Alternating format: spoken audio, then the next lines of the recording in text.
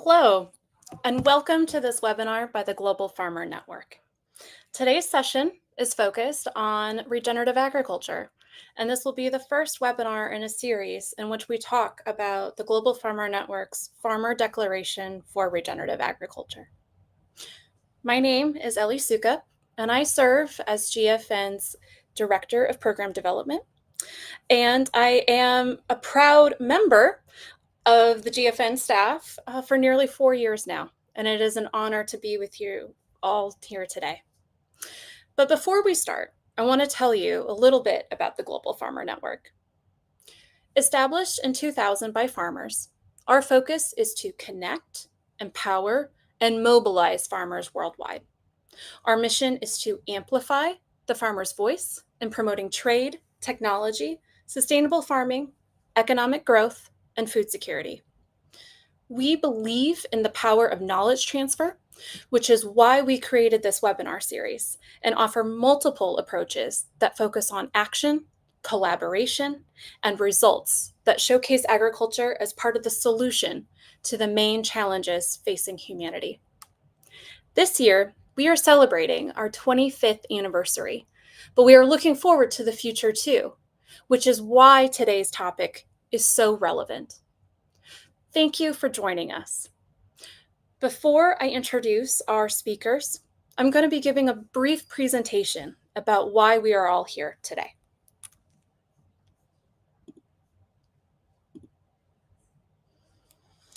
Why is the concept of regenerative agriculture so important? Why is our commentary, our engagement with this concept so important? Essentially, we as the GFN felt that as a concept, we needed to be engaging in this dialogue. The concept of regenerative agriculture continues to grow in popularity. Governments, private companies, activist organizations have all adopted their own definitions to align what regenerative agriculture means with their own interests. But unfortunately, a lot of these conversations don't happen with input from the farmers themselves, meaning that farmers are then in a reactive position as policies change, as markets change, as consumer wants and needs change.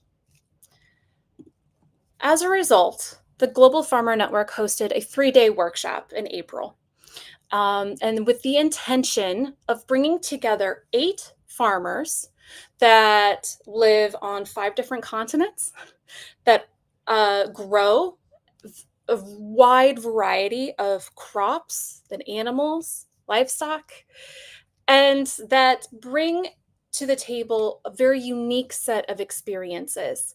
They are all leaders within their community, and they are all passionate about the importance of not just agriculture, but regenerative agriculture. So after those 3 days, and after a lot of debates, after a lot, at times, even arguments, may we say, they came up and created a declaration that truly encapsulates what regenerative agriculture means to them. This is something that they can share proudly with markets, with various companies, all the way to their own consumers to say, this is what I believe. And so I'm going to read this declaration for you today. We, as farmers, affirm our commitment to regenerative agriculture as a pathway to improve ecological functions of farming, feed our communities safe and nutritious food, and secure a thriving future for generations to come with dignity and well-being of farming communities as top of mind.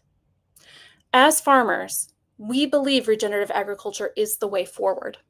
We stand for regenerative production, knowing it holds the past, the present, and the promise of future generations. We commit to practices that improve soil health, water quality, and mitigate impacts on the environment. Regenerative agriculture is a living practice rooted in responsibility and respect for the land. We rely on science, innovation, and technology, both traditional knowledge and modern practices to guide our journey toward resilience. We recognize that real change requires access to resources so all farmers can thrive and feel pride and dignity as a farmer. We call on and welcome the initiative of all farmers, especially of young people. Their energy, creativity, and dedication to regenerative agriculture are essential. Regenerative agriculture is an opportunity for the next generation to lead, to create positive perspectives, and to shape their own future with positive impact. This is where we, the global farmer, stand to produce food, feed, fuel, fiber, and forests for resilient and dignified farming lives, to bring peace to people and planet, not just today or tomorrow, but for generations to come. As a result of this declaration that these 8 farmers hashed out, debated, and really put their heart and soul, and more importantly, their experience into, we are asking all of you to join the movement. We are asking you to sign this declaration for regenerative agriculture. And you can do that by scanning the QR code using the camera on your phone, or you can also just copy and paste this hyperlink right here from change.org. We then ask you to share this declaration with your networks. We believe that it is so important for farmers to be part of this conversation, not to be set aside on the sidelines while decisions are made for us. So we ask you to help us build this momentum, and let's raise our voices and talk about the importance of regenerative agriculture. So with that, I would like to bring in 4 of the farmers that crafted this declaration. And I have a few questions for them to get the conversation started. So thank you all for being here. Jenny, I'm going to start with you. If you could please introduce yourself, where you are, tell us about your farm, and what does regenerative agriculture look like on your farm? Sure. Well, good morning, good afternoon, good evening, depending on where you are in the globe today. My name is Jenny Schmidt. I'm a farmer in Maryland, the state of Maryland in the United States. Our farm is about 75 miles east of Washington, D.C. on the East Coast. We're 4th generation. My nephew recently came to the farm full time. And we are predominantly grain farmers, corn, soybean, and wheat.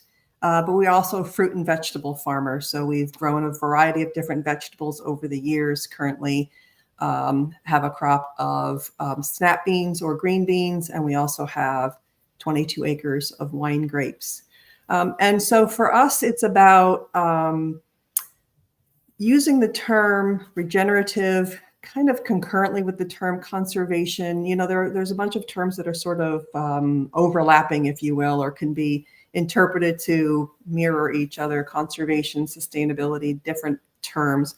And I think for us, it's been a long practice. My father-in-law, when he was alive, was always very progressive in terms of adopting new practices. So we have a copy of a Farm Journal magazine from 1965 showing him planting cover crops into standing corn and practicing no-till agriculture. So for us, the term regenerative is part of that soil health issue that also we in our state, because we are in a state with a very large estuary, the Chesapeake Bay, we've had a lot of regulations related to water quality. And I think between the water quality issues as well as the soil health development that we're looking at preserving and making our improvements to our soil for future generations to leave the farm in better condition than we received it. And I think that's really our philosophy going forward, is to, put the practices on the ground, use the technology that allows us to do more with less, and improve the soil and the environment at the same time. Amazing. Thank you. Shakar, I'm going to ask the same question of you. So if you could introduce yourself, tell us where you are, but what what does regenerative agriculture mean to you? Okay. Hello. Namaste. I'm Shekhar, rather Chandrasekhar, from Maharashtra near Mumbai, from India. And I accepted a regenerative method of farming. I wanted it to happen something like that, and I developed my own technique in 2011. One of the most important, and my story also is matching story in many ways, like Jenny's. My father actually started farming, and that was in after the independence. That must have been 1950. So since then, he wanted our farm to be a model farm, to be a demonstrative kind of work, and he wanted to demonstrate better methods and better opportunity for the farmers. He wanted farmer to be happy, and he wanted farmer to be dignified, because farmer, according to him, was doing or is doing the most important work for the society. But the place where I come from, or I would say it's throughout the India, farmers don't get dignity. Farmers are looked down as the last guy because they're poor. And they're poor, they work hard, they're monotonous, they're far away from the society. So dignity in anybody's life, any human being's life, is very important. So I believe that it's not only the food, shelter, and clothing, it's the fourth thing, that is dignity, that must come first, and farmers don't get it. So regenerative method of farming gives dignity to the farmer. That's the best way the farmer to get dignity. And if it is seen that the farmers get dignity, their next generation gets attracted to the rural area, to the farm, to the farming profession. That also has happened in my life. My two daughters and one son, they all have come back to India after spending their life in Western world. So that's one of the proof of regenerative farming brings dignity to the life. Thank you, Shakar. And Kanud, finally to you. Tell us Okay. about yourself and what does regenerative agriculture mean to you? Okay. Yeah. What is agriculture to me? Regenerative agriculture to me. I mean, first I will start a little bit with where I'm farming. I'm farming in Denmark, in the central part of Denmark, called Jutland. 240 hectare mixed soil that I have had for 35 years now, or something like that. My background, or my family's background, is farming back 400 years back. So that has been farming as long as as I can find my ancestors.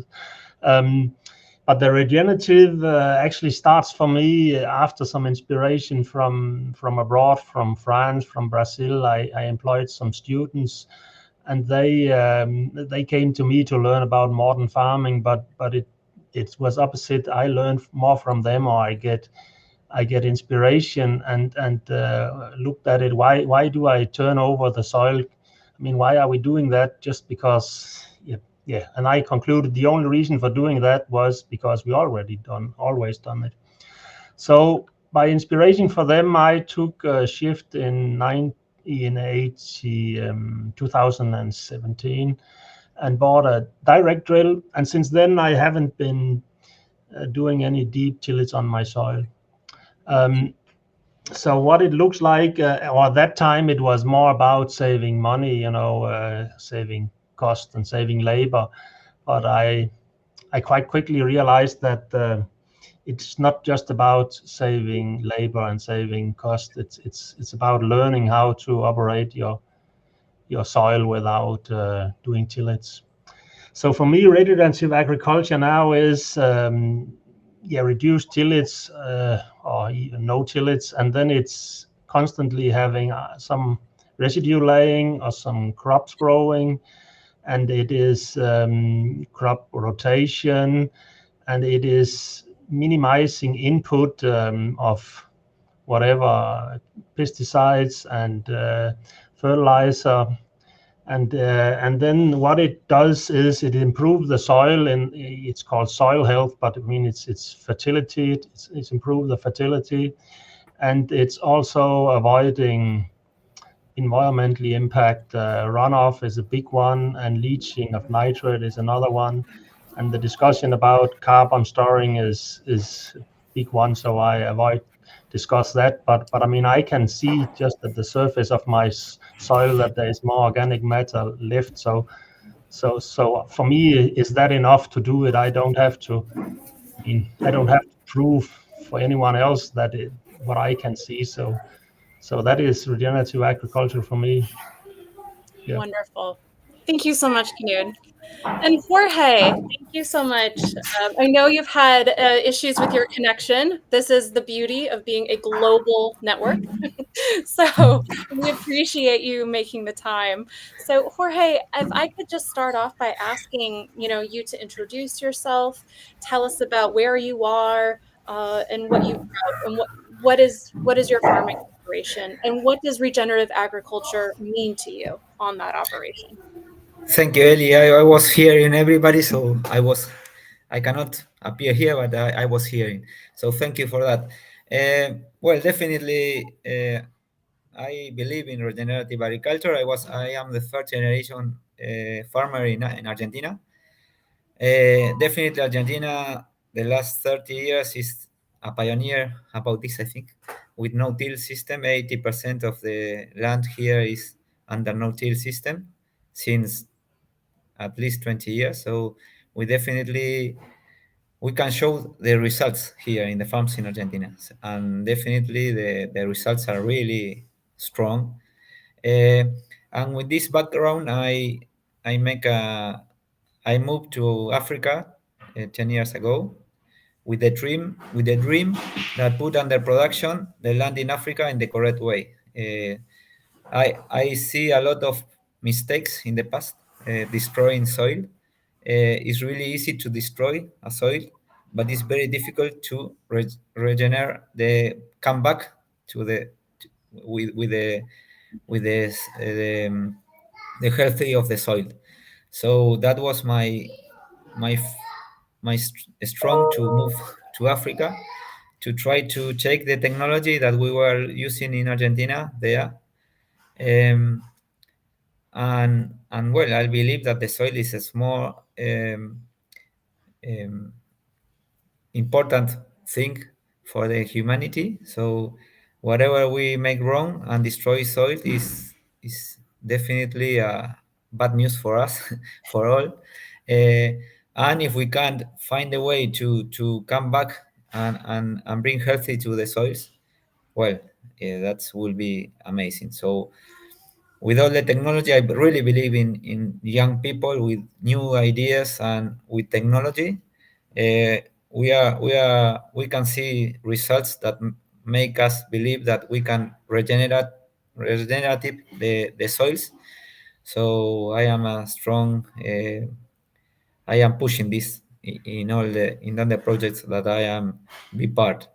So well, that's why I believe the days that we work together were really nice and good discussion, and I think that we arrived to an amazing conclusions about how is and why we have to push regenerative agriculture.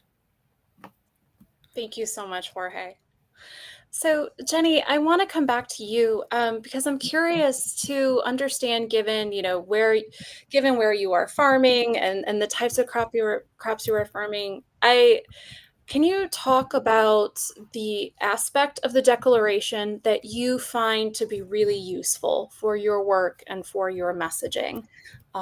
We heard from Shakar, who speaks a lot about farmer dignity. Jorge spoke about soil health and the importance of working with the youth and in new technology. And I'm curious, given where you are close to the Chesapeake Bay, if you could talk about how this declaration, if there's a specific aspect that you find to be incredibly useful to your work. Sure. So I think one of the things that's really important is that it's not a definition. It's a declaration because we acknowledge that all of us farm under different circumstances, and there's not one cookie cutter approach that is the perfect solution for every farmer everywhere around the globe. And so I think for me, that's one of the important parts. But also, I think for me, probably the favorite part, so to speak, besides the statement where we say regenerative agriculture is a living practice, because that really describes farming, right? Whether it's aquaculture or agriculture, it's a living practice, and that we are working with living organisms, our soil health, our plants, our animals, our livestock, whatever. It's all intertwined. But I like to focus on the science, innovation, and technology piece of it because I think, at least for us in the United States, in North America, we are looking at the productivity side of things while improving the soil health and the regenerative practices in our soils.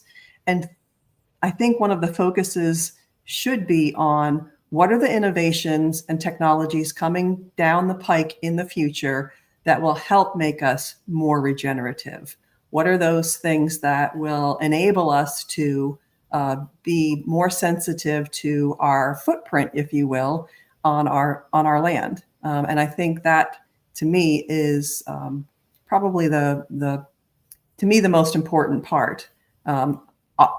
Not to disregard any of the rest of it, because we all participated in the entire thing, and we did hash out a lot of details with it. But for me, in my particular situation, I think the innovation and technology is something that I think is the future. Wonderful. Shakar, can I ask what part is the most meaningful to you, and how have you found this declaration to be a useful tool as you engage with your consumers, markets, etc.? Yeah. For me, well, this regenerative technique, when it was born on my farm, was for the rice cultivation. And rice cultivation is directly related to drudgery of labor. It's really tough work. And because of regenerative technique, the drudgery was gone. That was the first most important thing. Then because it was a no-till, the cost of production was reduced instantly. And all farmers in the world would appreciate that. Reduction in the cost of production is absolutely certain with regenerative method of farming.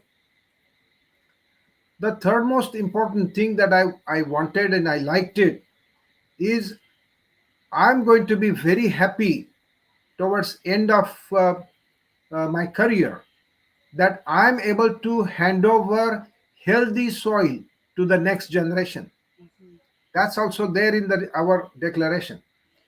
So all these aspects together makes the farmer happy, and the farmer gets dignity. Is also, again, I don't want to use that word again and again, but that's part of my life. I have experienced it, and this will be the most important thing that all the farmers in Asia and in Africa, they all will get that. As soon as they will approach, as soon as they will touch regenerative method of farming, they will be happy and they will be dignified in the society. So these are some of the most important aspects that I like in the declaration. How the declaration is going to help me? As soon as I started talking, circulating our this appeal of signing the declaration, I started, all my friends who were connected with a weak link, they have become stronger link now. They are more strongly connected with me now, whether they are consumers or whether they are farmers. Consumers are also interested in getting sustainable supply of food that is sustainably nutritionally dense. So that is possible only through regenerative method of farming. And because of agro-tourism on our farm, all the sisters and brothers from cities, urban people, they come to the farm. And when they see, they understand regenerative method of farming on our farm. When they see it, seeing is believing. They all become happy that they are assured of sustainable quantity and sustainable quality through regenerative method of farming. Thank you, Shakar. That's wonderful. Knut, I'm going to pass this next question to you, but it's based off of something that Jenny said. And a member of the audience has caught it, and I'm so glad that they did. And so the question is, can you further explain why the group decided not to define regenerative agriculture? Why did we decide to do a declaration and not a definition? Jenny, you introduced this concept. Thank you so much for bringing it up. Knut, can you provide your input as to why this is a declaration and not a definition? I basically think because we quite quickly find that a definition was like we put limit on ourselves. The definition was much more about what you are not allowed to do instead of something like a declaration where you, as long as you just improve your soil. So and also because we were 8 farmers from different background, it would be impossible for us to discuss and make a definition. So the big thing was not to put limit on something that was, so diverse. For me, for me, when I think of a definition on regenerative agriculture, I call it concept growing. I mean, you can have a contract with whoever, buy a commodity, and they put up some terms, and that is their concept. And that's fine. If I can accept that, then I sign a contract. But for me, is in my case, for my soil, is about improving that, and I will do that with or without any contract. So that was a big thing. Definition is putting as a limitation on what it's all about, and declaration is a commitment to improve where you are under yours. Yeah, that is my short answer to that question. That's wonderful. Do any of the others have anything to add to that? Shakar. Yeah, I agree fully with Nud that definition is limitation. Declaration is opening up. Here, when the whole world is facing problem on food shortage and global warming, we want majority to join the flow to go towards positivity of food supply and soil health and global warming. So when we are attempting that, and that's the great work initiative that is taken by Global Farmer Network. So in that flow, we want more and more people to join, and we don't want to fence our concept with a definition. I agree with Noor, and that's my opinion. Thank you. Jorge, I'm going to shift a little bit and go to the next question. I personally think it's a big question, but I know you're up to the task to try and answer it, which is, how can we standardize baseline soil health metrics and track improvement over time to validate these practices? Oof, this is difficult. Definitely, I don't have a strong answer. But in my new project, we are validating. We make a starting point, and then every single year measure again. And well, the idea is easy to understand, is to see the evolution in the correct way. But well, every single soil, even inside the same farm, is different. Imagine all around the world. It's impossible to say. But yes, that's the challenge we have like farmers. We need to continue discussing this, and again, I don't have a strong answer. I think that every single soil is different. Um, but well, the only thing that is in common is that um, all the metrics we have, we need to find the way to get the correct evolution with the practices only. Wonderful. Shakar, I'm actually going to come back to you to answer that as well, because when we were all together in April, you gave a presentation on SRT, or the Saguna Regenerative Technique, and you have been measuring, you have been collecting data to document improvements in your soil, farmer well-being, etc. Can you speak more to that? And how would you answer that question? How do you believe we should standardize baseline soil health metrics and track improvement? Yeah. Earlier, the word organic has failed, and that's because it could not be standardized. Food shortage, global warming, these are the global issues. And our organization, GFN, is addressing to solve this global problem. So when we want to solve this problem, we have to have standardization of on at least 1, 2, 3, 4, 5 issues, such as increase in percent organic carbon of the soil, reduction in the soil bulk density, improvement in the rate of water infiltration. These are some of the global problems, and they are measurable and not very expensive. They're easy. At small village level, small laboratories can be established with a little bit of training, and these things can be measured. And whether it is in Argentina or in Chesapeake Bay or in Denmark, we can have standardized efforts. And when there are people like Vandana Shiva who are going to come attack our efforts, we have to have data, and these are some of the things. And one of the most important observation which we have made, and that is even the farmers happiness index is measurable.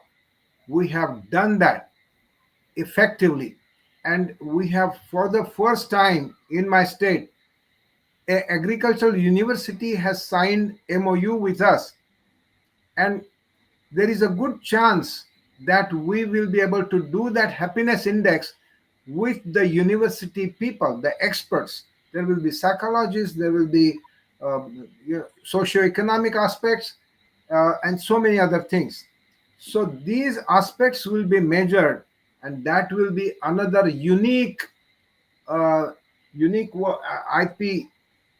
of GFN, or unique efforts of regenerative agriculture. This will be a nice tool with us, nice, I would say, a gun with us to show world the farmers' happiness index. Wonderful. Jenny, I'm going to pose this next question to you from the audience.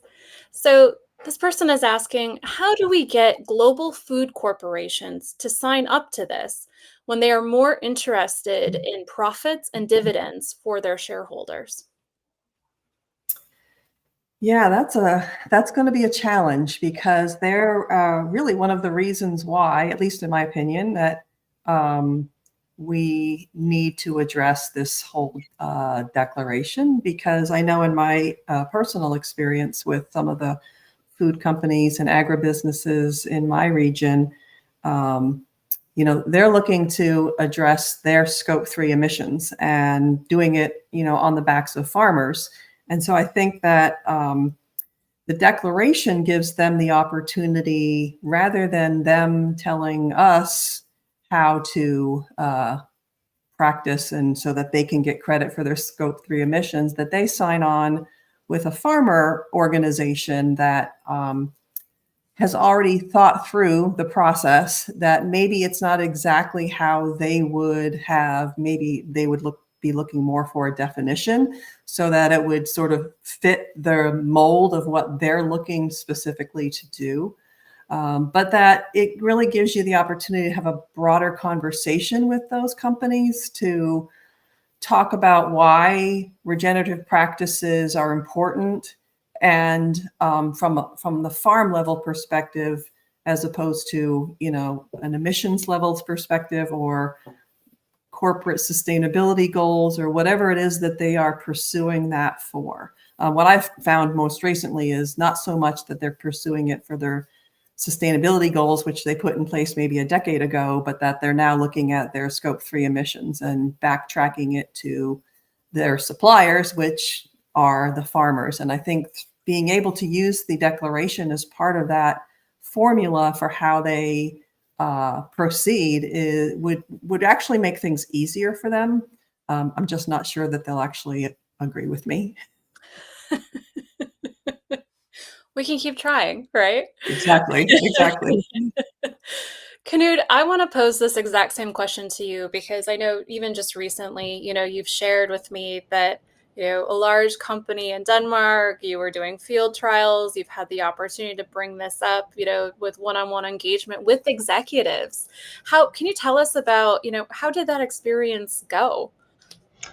Yes, I mean, what Ellie is talking about is the Carlsberg Brewery in Denmark. They had last year in 24, they started in small scale, offering a couple of farmers a contract on regenerative agriculture, and in 25, it's been expanded. I didn't manage myself to get a contract, but I've seen the contract, and it's Carlsberg Brewery. They have, I don't know if they had the same reason as Jenny is explaining. It's their scope 3 instead of the environment they think of. I don't know, but it really doesn't matter as long as the impact is the same, no matter for what reason.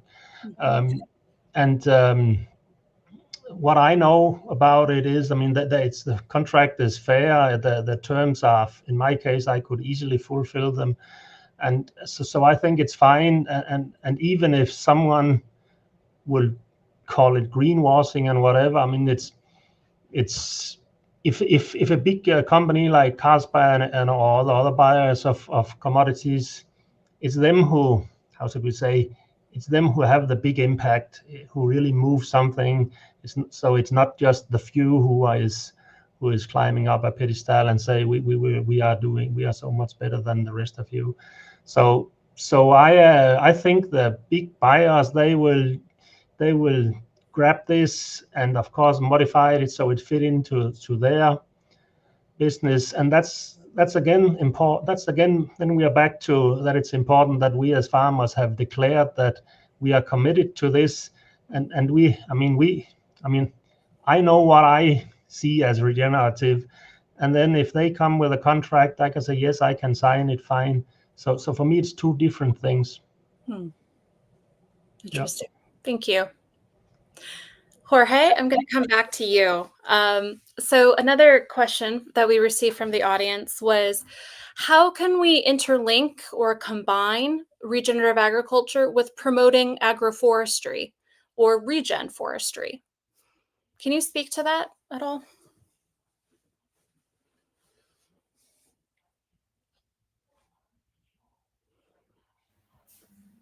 Hello, you hear me? Yes, we can hear you. No problem. Yes, we have some projects here in Argentina about this, because we believe in making cattle with agroforestry, and we have amazing results in regenerative that soils. Um, and again, I believe that we have a lot of tools. Well, Jenny already talk about I believe the same technology. And when we talk about technology, it's not only machinery; it's know-how, is being creative in all in each farm.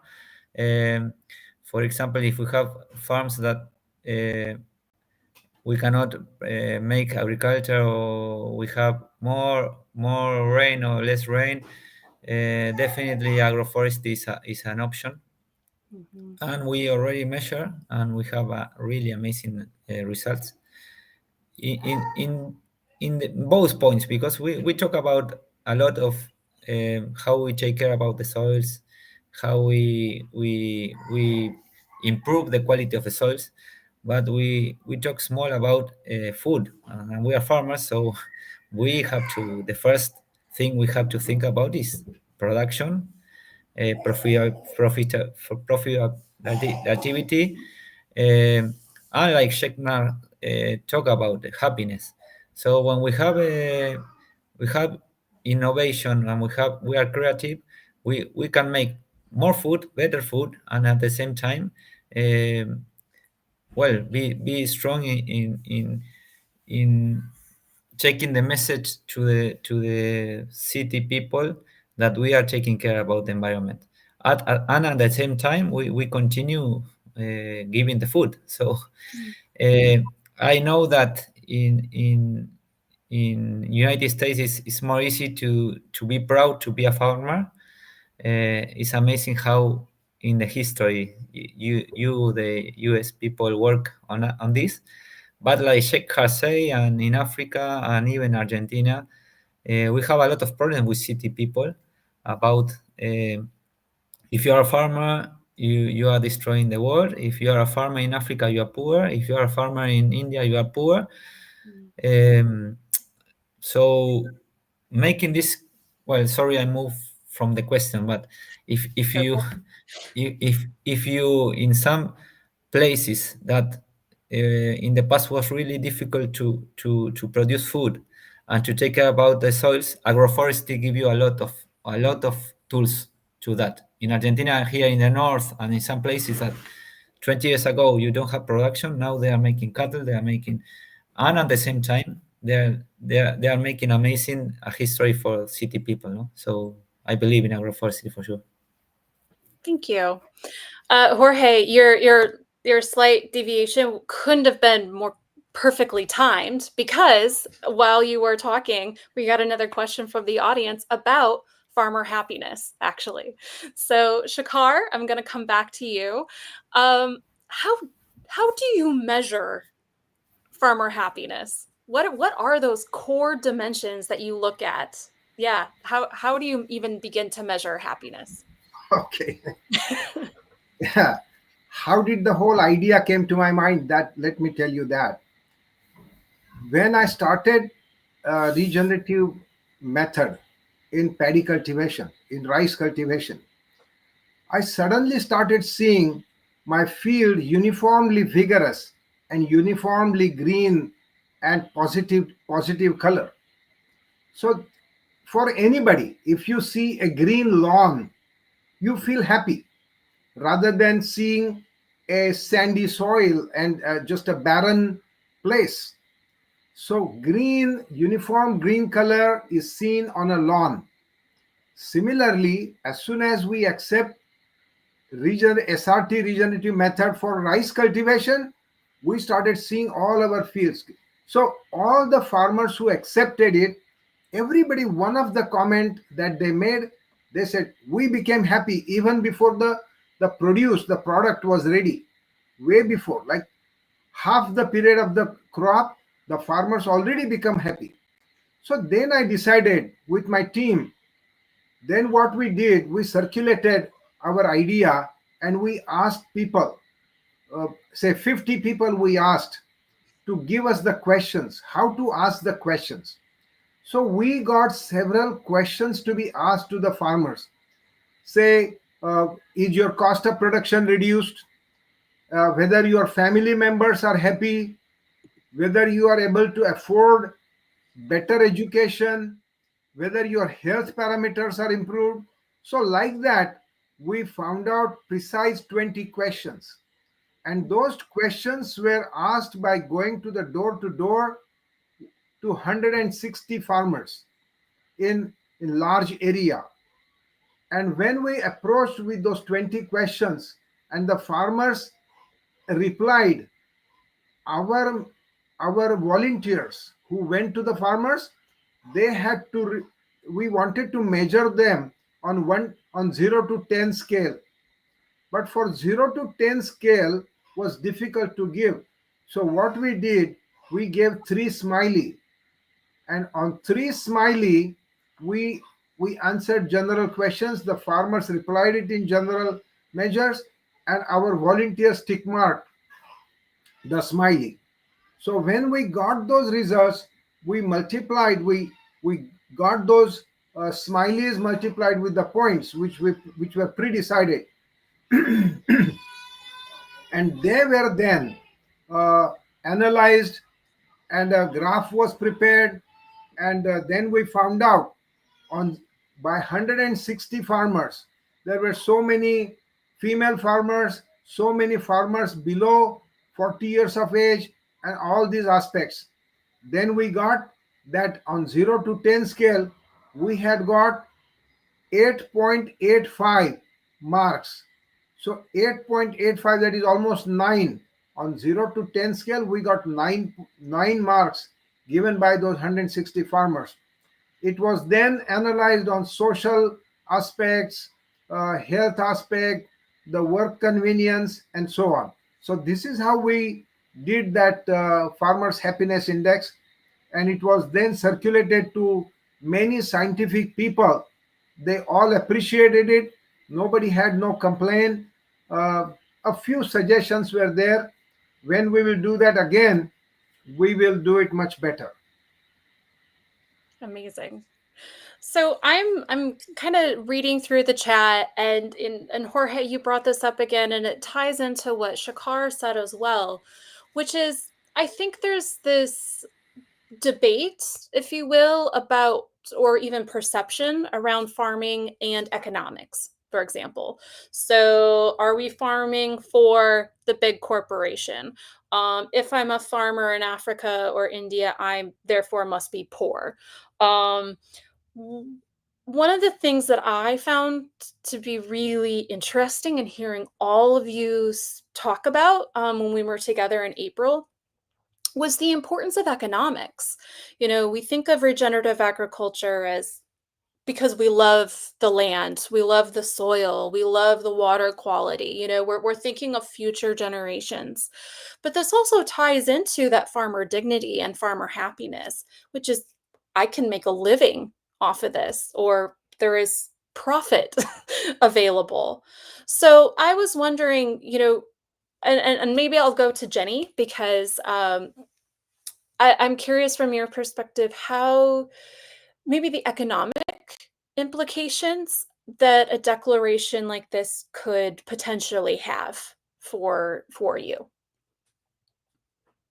A bit of a loaded question, I know. You can you can think. Yeah, so profitability is, at least in the US right now, a major issue because our commodity prices are below the cost of production. And there are companies who are offering premiums for doing regenerative practices.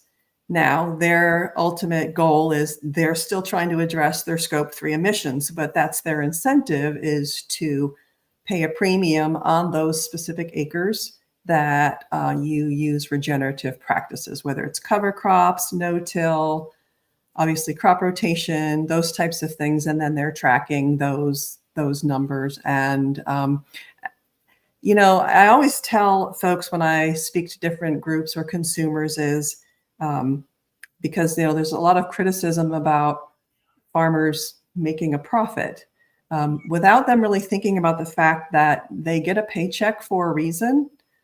And we do too, right? So we're running a business. A farm is, yes, it's a family operation, maybe in most cases, but it is a business, and there would be zero reason for my nephew to have come back to the farm last year if we couldn't offer him a living wage. He had a full-time job with benefits at a manufacturing place. He did not need to come back to the farm to work longer hours for less money. And so I think that's really kind of the important part for people to realize is, we're providing a service for which we get paid. And that's part of what the companies need to realize as well, is they're so kind of used to, I think, farmers sort of accepting their offer without getting compensated for it.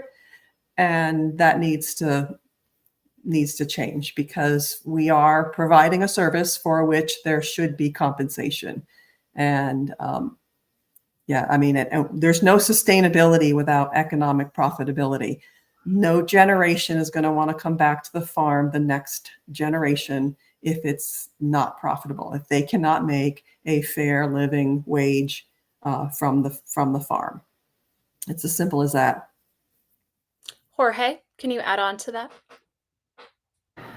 Yes, thank you, Ellie. Definitely, I believe in two things. For sure, have to be for profitability. We talked before about being a farmer is to be poor in Africa. And when I take the planes, they tell me, no, you're not a farmer. Farmers cannot pay a ticket. And I say, yes, I'm a farmer. I'm proud of a farmer. And definitely, I think that have to happen. And I believe on regenerative agriculture, that is a really strong way to bring young people to the farm. Because it's not only about getting money, like Jenny said, for sure we have to pay good salaries, but the challenge of regenerative agriculture is really, I believe that will give a lot of chances to pay better. And a really important point is not to give inflation to the food. So how we do this?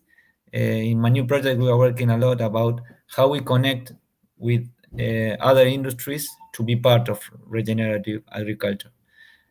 So we believe that other industries have to be part.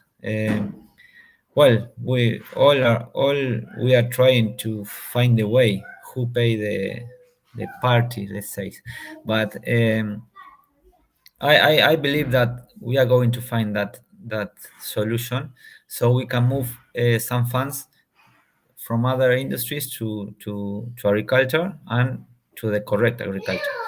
So that is a nice choice that we are working about, and for sure we need agriculture have to be profitability.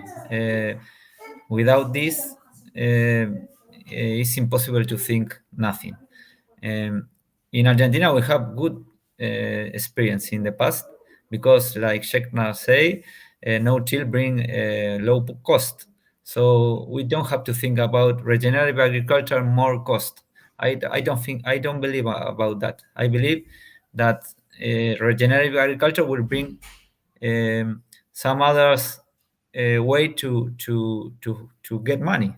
So we had to have creativity on that. And again, I think that solution will come from young people. we need them with new ideas, new way to find the economic way to move forward faster. No. Amazing. Thank you. I have one more question, and I'm going to ask all of you. Jenny, I'm going to start with you. I'm going to keep going around my screen here. Why should someone sign this declaration, whether they are a farmer or not a farmer? What does adding their voice to this declaration mean? Why should they sign this? So I think the more signatures that we can garner in support of regenerative agriculture, the more the corporations will take notice of the action that we took, of the declaration that we made, and then therefore consider it more strongly as part of their regenerative goals or sustainability goals, as well as, for me, at least in the US, if more farmers sign on, we will get more of the support from the ag organizations, the farm bureaus, the grain producers, the different agricultural organizations that really need to take a strong stand on the future of farming. And this would be one of the ways that they could accomplish that as an organization. So I think as individuals, if we have more signatures, then we elevate the level that people notice it at and take more action towards. Amazing. Thank you. Shakar, same question to you. Why should someone sign this declaration? Yeah. See, according to many philosophers, world is coming to a catastrophic end because of food shortage and global warming. Regenerative method of farming is the only answer to solve the problem. And if a global organization like Global Farmer Network, GFN, if GFN is taking the lead to take care of this problem globally, everybody who needs food and oxygen in the air must sign this and strengthen the hands of GFN to solve this problem. Thank you. Knud, why should someone sign this declaration? The very most important thing is if they can see themselves, in the behind the words, the declaration that we have done. That is the most important thing. And then they should do it not as to be contradictory to the industry or to the NGO or to the politician, but just to be an equal, equal interest and partner in the whole food industry where farming is a part of. So they should mostly sign it for their own sake, and then to do it together with thousands of other farmers. I mean, it's just like anything else. Who is united, you are stronger. So that is, in my opinion, the main reason for doing it. Thank you. Jorge, finally to you. Why should someone sign this declaration? Definitely because, like, I am proud to be part of a global farmer network. I am proud to be a farmer. And like we always discuss, we have to take the place that we really deserve. And if we don't do this, another people will take it. So I believe that signing this declaration is giving the powerful that a farmer have to have in this discussion. If we don't do it, another people will do it, that they are not a farmer, that they don't understand the reality of be a farmer. So, well, in the Global Farmer Network, we believe on that. We need to push our ideas, put it on the table, and make the discussion, be part of the discussion at least. At least we need to be strong enough to discuss with policymakers and city people, and we have a strong voice. And if we do this kind of a strong declaration, it gives us power to go there and discuss. So we need the support. Thank you. I want to bring everyone's attention that this is just the beginning. This is the first webinar of many. You will see on this screen a representative, a farmer from North America, a farmer from India, a farmer from Europe, and a farmer from South America. They have a diverse array of experiences, but you can tell that their passion for this is something that they all share and have in common. And so I want to thank all of you for joining us today. I want to thank our speakers. Thank you so much for creating the declaration and for sharing your experience as to why this declaration is so important. Our next webinar will be in a month. It will be August 27th, so the fourth Wednesday of each month.